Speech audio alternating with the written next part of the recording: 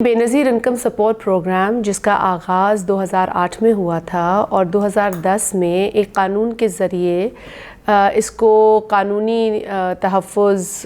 ملا اور تب سے لے کے اب تک بےنظیر انکم سپورٹ پروگرام چل رہا ہے۔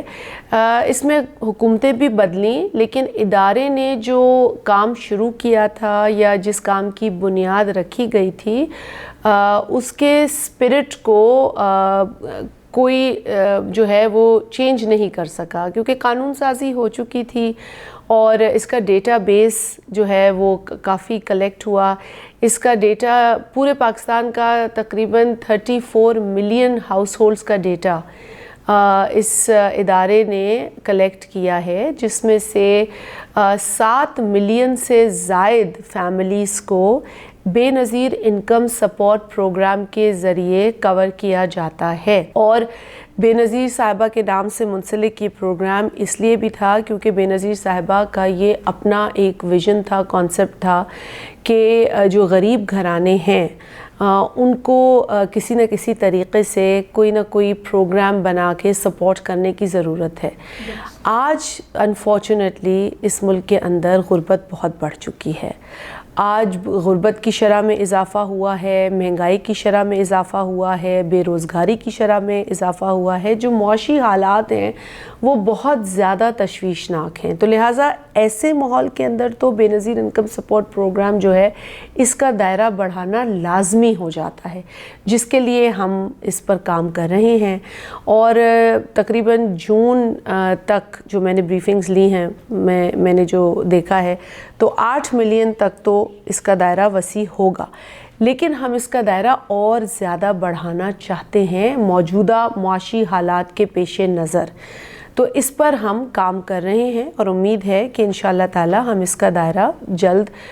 بڑھائیں گے اور زیادہ لوگوں کو کوریج دی جائے گی۔ میں بھی اس معاشرے کا حصہ ہوں، میں رہتی ہوں، لوگوں کے ساتھ رہتی ہوں، میں اپنے حلقے میں جاتی ہوں، مختلف لوگوں سے ملتی ہوں، ڈسٹرکٹس میں جاتی ہوں، تو بہت زیادہ کمپلین یہ سنی ہم نے کہ 2019 کے اندر ایک کوئی طریقہ کار تھا جس کے ذریعے لاکھوں لوگوں کو بےنظیر انکم سپورٹ پروگرام سے نکال دیا گیا اور تاثر یہ دیا گیا کہ یہ لوگ مستحق نہیں تھے، یہ لوگ کوئی امیر لوگ تھے، یہ لوگ کوئی گورنمنٹ سرونٹس تھے اور اس لیے ان کو نکال دیا گیا۔ اب دیکھنے کی بات یہ ہے کہ 8,20,000 لوگوں کی بات ہو رہی ہے، تو اس وقت بھی بہت سارے سوال اٹھے، لیکن اس وقت کے جو ذمہ داران تھے اور جو سیاسی حکومت تھی وہ جواب نہیں دے پائی۔ انہوں نے باقاعدہ ایک مہم کے ذریعے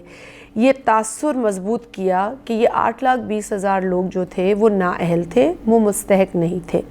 دیکھیں، اس سے زیادتی ان لوگوں کے ساتھ بھی ہوتی ہے جن نے یہ سروے کیا، کیونکہ یقیناً سروے کیا گیا باقاعدہ NSER ایک پورا میکنزم ہے، اس ادارے میں لوگ کام کر رہے ہیں، انہوں نے ایک طریقے سے ڈیٹا کلیکٹ کیا ہے، ایک میکنزم انہوں نے فالو کیا ہے، تو اس پر بھی یقیناً سوال اٹھتے ہیں اور پھر لوگوں کو بھی ایک غلط میسج جاتا ہے کہ 8,20,000 لوگ مستحق ہی نہیں تھے اور وہ فنڈز لے رہے تھے، وہ پیسے مطلب انہیں مل رہے تھے، وہ تو یہ کہتے ہیں نا کہ پیسے کھا رہے تھے، لوٹ رہے تھے یا واٹ ایور، اس طرح کی باتیں۔ تو یہ امپریشن باقاعدہ انٹینشنلی پچھلی حکومت نے دیا اور اسے مضبوط کیا، which was very wrong۔ اچھا، میں رانگ کیوں کہہ رہی ہوں؟ میں رانگ اس لیے نہیں کہہ رہی ہوں کہ میں آج ایک دوسری حکومت کا حصہ ہوں، میں رانگ اس لیے کہہ رہی ہوں کہ جب میں آئی اور میں نے یہ پوچھا کہ بھائی اتنے لوگ تو آپ نے نکال دیے، تو مجھے بتائیں کہ آپ نے کیسے نکالے؟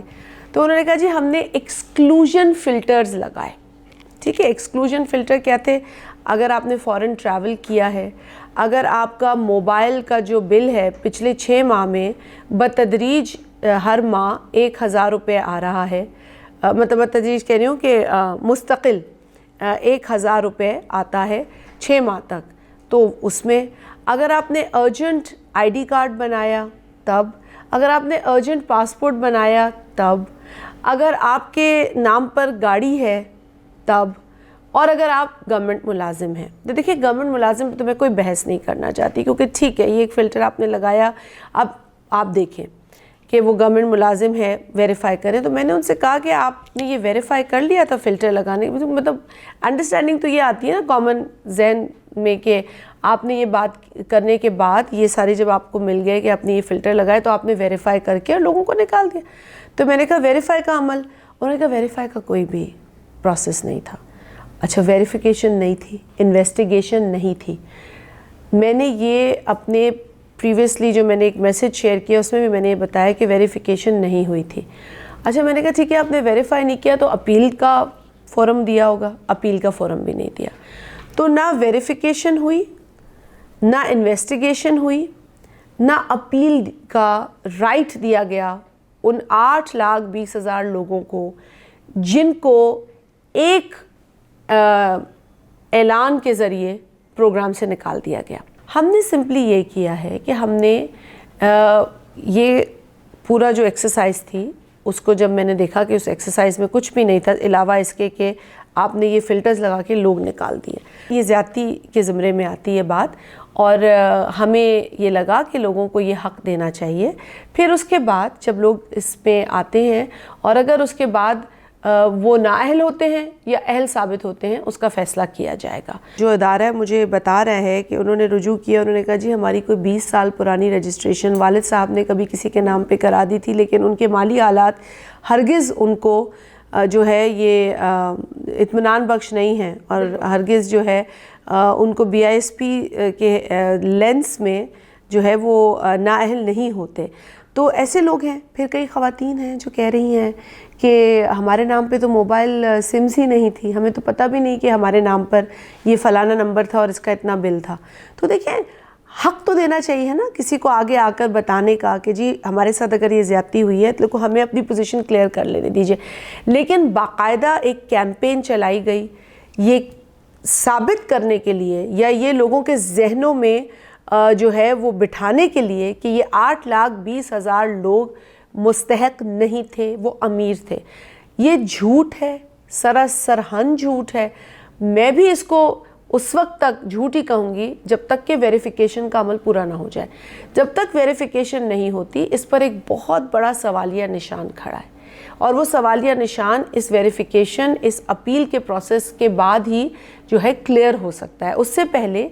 کسی کو جو ہے وہ جھوٹا کہنا، کسی کو چور کہنا یہ مناسب نہیں ہے. اس کے اندر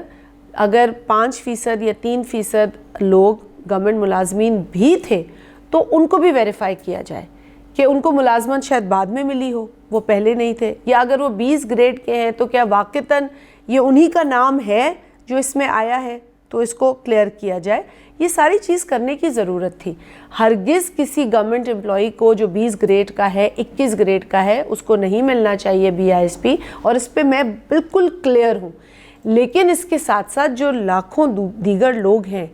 جن کا جیسے میں نے کہا ارجنٹ NIC کچھ شرح ان کی ہے، جو کسی نے پاسپورٹ بنا لیا کچھ شرح اس کی ہے، تو یہ چیزیں بھی دیکھنے کی ضرورت ہے. تو ایک پروگرام جو عوام کے لیے ہے، غریب لوگوں کے لیے ہے، غریب خاندانوں کے لیے ہے اور ان میں بالخصوص خواتین کے لیے ہے، اس کو صرف اس لیے ڈسکریڈٹ نہیں کیا جا سکتا کہ چند فلٹر لگائے گئے اور ان فلٹر سے ثابت یہ کرنے کی کوشش کی گئی کہ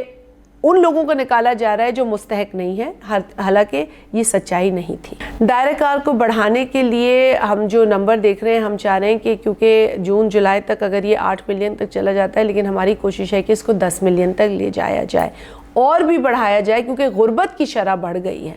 کاش کہ پچھلی حکومت جو تھی وہ غربت کی شرح کا احساس کرتی، ادراک رکھتی، لیکن یہ مجھے آج ورکنگ سے بھی پتہ نہیں چل رہا کہ ایسا ہوا ہے. بہت کچھ ہے اس کے اندر کرنے کا، اس پروگرام کے اندر، اور اس کے اندر جو ہے نا جو پچھلے پروگرامز بند کیے گئے جو کہ روزگار دینے کے پروگرامز تھے وہ بند کر دیے گئے. میں ان کو بھی ری اوپن کروں گی. میں دیکھوں گی کہ اس پروگرام سے جو ایگزٹ پروگرام ہے وہ کون سے ہونے چاہیے کہ لوگوں کو خود کفیل بنایا جائے، لوگوں کو سکھایا جائے کہ وہ کس طرح اپنے پیروں پہ کھڑے ہو سکتے ہیں تھوڑی بہت مدد کے ذریعے. تو یہ پروگرامز پہلے شامل تھے، ان کو بند کیا گیا ہے، اور میں سمجھتی ہوں کہ ایسے پروگرامز بند کرنے سے ہم نے وہ ونڈو بھی بند کر دی ہے جس کے ذریعے لوگ مضبوط ہو سکتے ہیں معاشی طور پر. تو اس کو دیکھنے کی ضرورت ہے جس پر میں غور کر رہی ہوں.